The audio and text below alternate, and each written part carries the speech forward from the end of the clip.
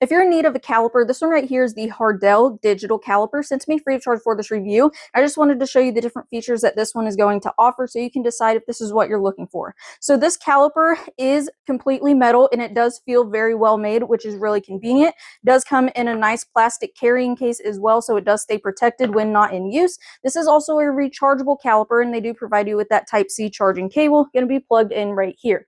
So if you need to have that measurement stay, we have a little knob right here, twist that, and it's going to be locked into place. So this is going to be able to measure a variety of different things. Of course, if you're looking for a caliper, you know how they're going to be used, but I just wanted to show you some of the different measurements on a few different objects here.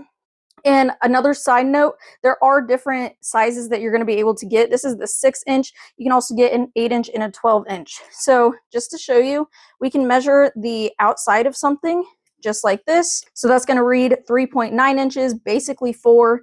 You're also going to be able to measure the inside of an object as well. So that's going to read 3.4, just about 3.5. And then you are also going to be able to measure the depth of something as well. And it's saying 0.7 of an inch. If you don't want to measure in inches, you don't have to.